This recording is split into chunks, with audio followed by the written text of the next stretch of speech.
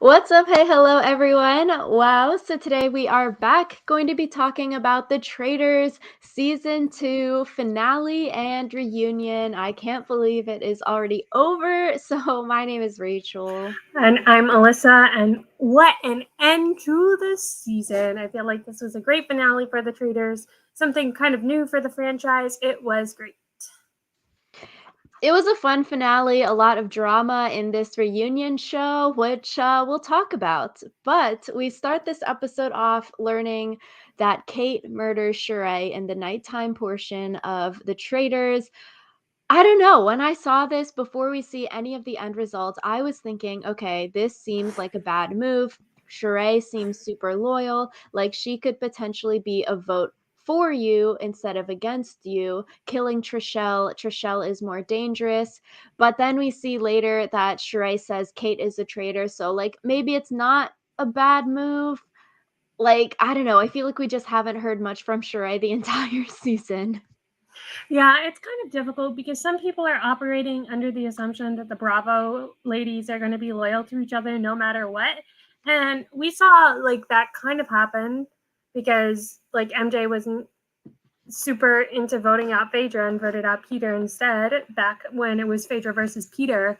But I don't know. I feel like this idea that the Bravo ladies were always going to vote together maybe influenced gameplay a lot. And then maybe Sheree would have been willing to vote out Kate, even though both of their shows are Bravo shows. Yeah, it does seem like probably Sheree would have voted out Kate, similar to like MJ voting out Kate later. Seemingly, they would want to get to the end as all faithful. So if they suspected Kate, then even though they were from a similar network show kind of thing, that doesn't really matter. But yeah, I don't know. I feel like it could be potentially a bad move if Sheree was potentially willing to vote with you at like the Fire of Truth segment. Yeah, it's difficult because we did see that the two winners ended up being two people from the same show because they just had that trust in each other that you can't really build across only like a week or two in the castle. So, yeah, I feel like a better choice for Kate here would have been to split up the duo of CT and Trishelle. And so voting out Trishelle here, I'm still pretty confident that Kate wouldn't have won, but then there wouldn't Mhm. have been that kind of unstoppable duo. And maybe the prize pot is split more than two ways if that happens. Or maybe it's just different people who split the prize pot. Yeah, I agree. I think Kate probably doesn't win this after Phaedra gets eliminated last time, but maybe it could be like a 2-2 tie at the end of like splitting votes, Sheree and MJ voting together, Trishelle and CT, and like maybe it's 1-1-1 or something weird happens. But yeah, I think just keeping maybe someone from your show could be helpful, especially at the end game. Mm-hmm. But at the breakfast portion, they're saying there is at least one, maximum two traders left. Basically, what we've said throughout the season at the end portion, you sort of just want to keep voting people out so you can get more money at the end, which once we get to the reunion portion, doesn't seem like people understand that as strategy. Yeah, I feel like one of the things that people have talked about a lot this season is kind of the disconnect between the people who are from more reality type TV shows like Real Housewives, for example, versus the people who are from more game oriented TV shows like Survivor, Big Brother, The Challenge, where they just have a fundamental disconnect about what they believe the final goal of the game is. Mhm. And so that kind of got rough. I feel like there's probably something they didn't talk about as much in the castle. So Yeah, I agree. So we get to the challenge, the final challenge here. I thought the scenery was so gorgeous, seeing like the helicopter flying over and seeing all of the lands. I thought it was a really cool like layout and like scenery of the challenge. yeah, it was so pretty. I feel like the Scottish Highlands are just like really pretty. It was cool because we feel like we mostly only see the castle, so seeing something other than the castle. Nice. Yeah, so you have to get to the boats to raise your flag. Extra money opportunities are available also.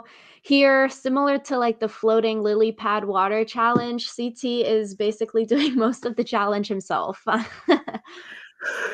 Yeah, I feel like poor CT. He's the one running, hauling ass, just like he's doing so much.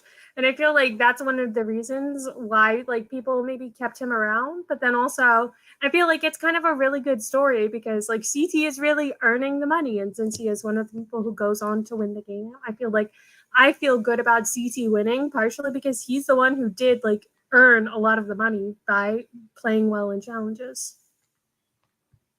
Yeah, I thought with the end of this challenge, they had to swim to the boat in order to like raise the flags and all of that. So when the time was ticking down on the screen, I was like, yo, they are not going to be able to swim that far. There's barely any time left. And then it was just a long boat ride. Then I was thinking, oh, they have to paddle on the boat themselves like canoes. No, it's a motorized boat ride. So actually, once they got down there, it didn't really like you could make it with enough time if you got down there sort of fast enough. I thought they had to swim. I don't know. I feel like the timing was still a little bit sus because even with a motorized boat, it was like 5 minutes from when they like got to the top of the cliff to when they got to the boat, and I'm kind of like, it definitely feels like the clock was added in post. I guess I feel like we've talked about this with the other time challenges where sometimes it might feel a little bit sus. Yeah, yeah, it feels a little bit sus. I did see people being like, why does it really matter if they fudge it? It's supposed to like, make the game more interesting, add some actual stakes to the challenge because if the challenge wasn't timed and they just messed up anyway, it's kind of like, mm. So I thought it was sort of stressful. Alan kept on screaming. I'm like, this is reminding me of all the screaming in episode 2 of Survivor this week. I just like, I can't. I'm a little bit stressed out watching this. Yeah, there was a lot of screaming. I did not like it either. So But they end up winning the money, so that's good. More money split into the prize pot for this final challenge. We get back to the castle, and CT calls out Kate. He says that Kate is very convincing. Basically, at the round table, it is between Sandra and Kate at this vote. Trishelle is then like, WTF, CT, why did you vote Sandra when we're supposed to be voting Kate here? I was like, "Yo, this will be wild though if actually because of this and because of the, like, fire not lighting her torch thing that CT doesn't win the game, that would be a little bit funny." yeah, that would be a little bit funny, but then also like I would feel bad if anyone else won just because I feel like CT was so deserving and he kind of had Mhm. that hero edit this season. So I do think that it was like an interesting move by CT to vote out Sandra, though. I feel like it's one of those things where you know that she's going to get voted out already. Like, I feel like the only people where it was questionable whether or not they'd get voted out was MJ because it felt kind of obvious that Sandra would get voted out at some point and that Kate would get voted out at some point. So it's like, yeah. Yeah, so CT wants to vote Sandra now because Sandra said CT's name. Okay, that's why he flips his vote. I thought Sandra did well fighting at this round table. I'm like, okay, yes, like you are putting up a fight not to get voted out. This is good stuff, good TV. Yeah, it was great. I feel like also she made good arguments why she couldn't be voted out. I Mhm. feel like some of the roundtables it was just like, well, it's not me, and that's the only like argument that they give. And I liked that she had more logic behind her. Yeah, so Trishelle flips, and then also because Sandra ends up getting all of the votes, Sandra goes up there and she announces that she is a faithful. So RIP, I guess, but also you do want to vote the faithfuls out to get more money at the end. So not really an RIP because, like we've said throughout the season, you could just vote people out endlessly in the last sandbag portion of the game. Exactly. So we get to this fire of truth, and you get the choice to end the game or banish again. I feel like Kate made a really bad move here. Kate votes to end the game on the first round of the Fire of Truth, which is such a big misplay because someone was murdered last night. So obviously there must be at least one traitor left. Like, you have to play green here.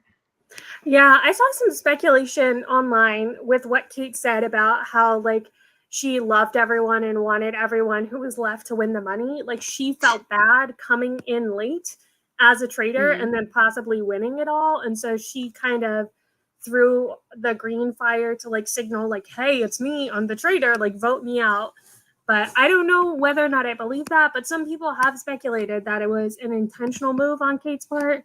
And then another thing that I've seen people talking about that I think is really interesting is that Kate should have had the option whether or not to murder someone in the night previous, because then you could make the argument of like, oh, like no one was murdered last night. Maybe there isn't a traitor left. But I feel like that would be a good game mechanic on the last night. The traitor or traitors left have the option to murder or like hold. So then, and like everyone knows, or like if this were a rule, everyone should be aware of this rule. So then everyone left can sort of speculate, okay, is there actually a traitor left, or did they just hold, or is there actually, I guess like you'd have to say there's one traitor left probably, otherwise the end of the show would be sort of boring. But yeah, I don't know, it could be interesting because otherwise, like, you're going to go into the Fire of Truth thinking there's at least one, and you're just going to keep voting people out. The suspense would be whether you're voting the right people out or not, rather than knowing there's at least one traitor left kind of thing. yeah. So I feel like there's a lot of tweaks they could make to this portion of the game to make it more interesting. So So Kate gets banished here. Did they show who Kate voted for? I think I missed it. I don't remember if they did. Yeah, so I'm like, did I miss it, or like was I watching too fast or something? But I didn't see who she voted for. And she's like, yeah, little bit of money. I was like, haha, I guess. Haha, I guess. So they get to choose endgame or banish again, and CT and Trishelle choose to banish again, which I feel like it does make sense. It's 70,000 versus 100,000 each if you vote someone else out. $30,000 difference, I would say, is a lot of money. So I would vote people out until you get the max amount is split between two as faithful. I mean, also, you can make the argument that, like, they don't know 100% that, like, MJ is a faithful. I feel like a lot of people have said that, like, in behind the scenes, like, Trishelle and CT said that Alan said something that made them paranoid. And just, like, in general, are you going to trust someone that you've known for, like, 2 weeks? Or are you going to trust someone you've known for 20 years? Of course, you're not going to trust someone who you've only known for 2 weeks, especially if it's worth $100,000. Like, I think this scene was so funny. MJ's face here was just like shocked Pikachu. And it's like, I agree. Even though it was a three-way tie this first time and it wasn't like CT and Trishelle were colluding this first round, like everyone voted for each other. It wasn't like they had some pact or agreement. Yeah, let's just get to challenge the two challenge people to the end and let's vote out all the other people that are the non-challenged TV show people. It's like Trishelle seriously didn't trust CT and wanted to vote him out. So it wasn't like they were planning on just splitting the money them two. But like Trishelle says, I would be a little bit nervous in tying it multiple times because then what happens? Does no one win? Does like all three of you win if you keep tying it? Like what would happen? I would maybe flip my vote unless they tell you what happens if a tie keeps happening. yeah, I feel like Trishelle definitely made the right choice here. I know there are some people who are speculating that it was collusion between CT and Trishelle, but I feel like the evidence points to that being untrue.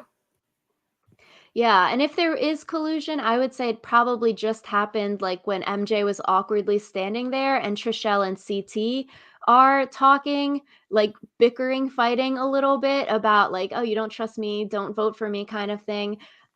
Then maybe, collusion, but more like, yo, you should trust me. We've known each other for this long, even if we haven't had the best of relationships this entire time. Like, you can trust that I am faithful. And it's like, you have to vote someone out because you said banish again. It's not like Trishelle can be like, oh, CT, I trust you. Actually, no banishment. Let's split it 3 ways. Mm-hmm. But I feel like it goes back to, like, the Bravo people. MJ got outplayed here. I think you need to go to the end with an alliance or people that you like. I think maybe it was dangerous for them to go in with 2 people from the same show like this. It is funny too, because we've talked this entire season, like, oh, the Bravo, the Housewives people are a little bit dangerous because they have 4 or 5 people all voting for each other. And so they flubbed it so hard that they had a bunch of numbers and then they lost it all here at the end. Yeah, I honestly feel like part of the reason why MJ took this so hard, though, was that she didn't see herself as getting outplayed. She thought that because she was a faithful and obviously a faithful to her, that it was also obvious to CT and Trishelle, and that because she got to the end, she deserved the money as well. And so I feel like, again, it's back to that disconnect that we talked about with the gamers versus the housewives, where it's like MJ assumed getting to the end would be enough, and it wasn't. Exactly. I think it would have been funny if Trishelle didn't let CT win just because of the fire challenge and then him voting Sandra at the last vote.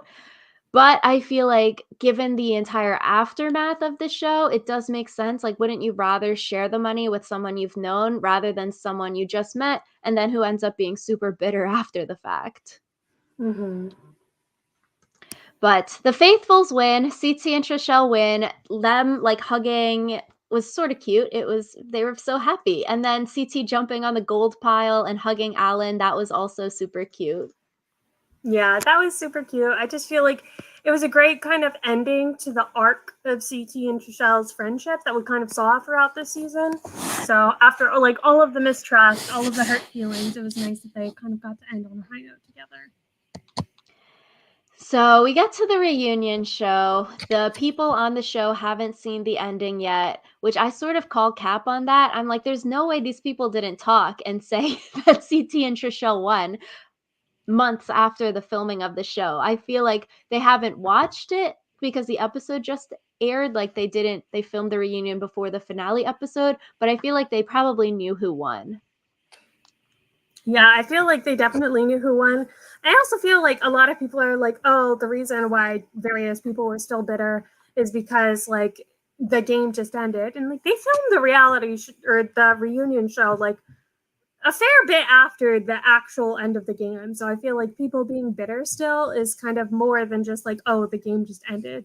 Like I would accept that if it was like Survivor style and they go straight from Final Tribal Council or the Fire of Truth in this case to the reunion, but like they had time to process their emotions. They should have come into the reunion show a little less heated, I feel like. That's what I I was just thinking Survivor finale reunion as well. I think it is that disconnect. The gamers are willing to do things because it's a game show. They don't get their personal feelings hurt. They know it's just a game move. Like, we hear Janelle, Sandra, Dan, Parv all talk about this. Like, yeah, we've been in it so long. Maybe you just become, cold to it's a game. You separate real life and game, compared to the other reality stars are more hurt by what happened in the show or being backstabbed in the show. But I feel like, I don't know, like, sure, it's warranted and your feelings are valid to be hurt, but like, you sign up for a show that's about lying and backstabbing. Just making it to the end doesn't mean you get the money. It's about voting people out. Yeah, so I feel like part of what made the reunion show uncomfortable for me personally to watch was that it wasn't just like, oh, I'm disappointed about what happened. It felt like a lot of people went for like uncomfortably personal attacks. Like it wasn't just like I'm disappointed I won the money. It was like you're a bad person because you voted me out. So that was not super cash money. Yeah, like, it's a game show. No, not everyone can be a winner. Like, I don't know, MJ saying the greedy people made it a different game, but is that not the entire point of the game? Like, you are going to vote people out in order to win money. And I think it goes back to that disconnect of what is considered right and what's considered wrong in these game shows. But then MJ even says it's not about the money, but it's about like the morality of we were faithfuls and we knew we were faithful, so we all should have won at the end. And I do think it's that difference between the game shows versus not game shows that is making people so butthurt here. Also, MJ is worth like $5 million. Like that's her net worth. So I feel like her crying about losing 70K, I'm kind of like, bestie beloved, sit down. And like maybe CT and Trishelle or like just the general aura in there, you probably talked about it because even Alyssa, we've talked about it. Like the Housewives people are probably way more rich than like the Survivor and Big Brother people. Even if the Survivor people have won $1 million, that doesn't compare to being a housewife. I feel like the housewife shows just have such a aura of rich. Yeah. So, but then it's like, oh, I don't know. It is interesting. It's like in Survivor recently, in Australian Survivor and US Survivor, there's two people that talk about how rich they are. So, can you be like, let's vote them out because they're so rich, they don't need the money? Or is that unfair to do because it's an outside part of the game? But I feel like if you talk about having a lot of money, it's a valid reason to not let you win money at the end because you don't really need it compared to other people who might need it more. Well, I think also if you're going to call people greedy, like it's not really a good take. You know? So I feel like the reunion, it was fun. They asked a lot of really good questions, but it felt weird that they kept all of the answers so short. Like he kept on cutting them off, like asking a question and then one person gets the answer and then you go to the next question. I feel like I would have liked to dive deeper into some questions rather than skipping around so much. I feel like the only time we did dive deeper was when John gave his unsolicited opinion about things, and I was like, John, bestie, I don't need to hear your opinion. He didn't ask you. Dan says after this he's never going to be on TV again. On Twitter, I think. Hopefully he's okay. Sandra, it was funny. She really wanted to be a traitor and kept on bringing that up in the reunion. Yeah, I mean, why wouldn't you want to be a traitor, Sandra? But it's one of those things where I feel like Parvati and like Dan, she kind of would have already had suspicion on her. So Yeah, can't have three traitors from the like strategy reality television shows, I feel like. Yeah, but I would wanna be a traitor. I feel like traitors have more fun. You get all of the answers and you know what's happening compared to a faithful, you have to figure it out for yourself. I'd rather be the person making the moves behind the scenes. yeah, I think it would be more fun to be a traitor too. Yeah, so it's the end of The Traitors season 2 for the US version. Alan does say that season 3 is booked, so that is going to be coming out, and so that's very exciting. It'll be interesting to see who gets cast, if they're doing another, like, reality star season, or if it's, like, half reality, half regular, or full regular person season. I'm excited for the next one.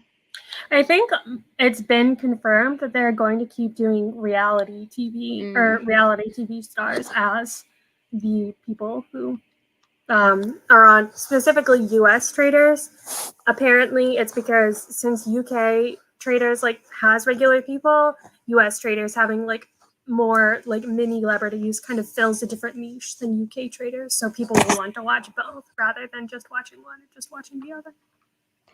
True. Then it'll be exciting to see who of the mini celebrities, I like mini celebs, get onto the Traitors season 3. I did see some like TikToks of people like, oh, they should cast this person, they should cast that person. So it'll be exciting. It'll be exciting for sure. Yeah, so let us know in the comments down below what you thought of this season of The Traitors overall. What did you think of the finale and the reunion? I think overall is a fun season. I feel like it started out very strong and then sort of got slower halfway through, but still interesting and fun nonetheless. Yep, and lots of room for improvement for season 3. Yeah, so let us know in the comments your thoughts. Thank you all so much for watching, and we will see you all next time with Survivor season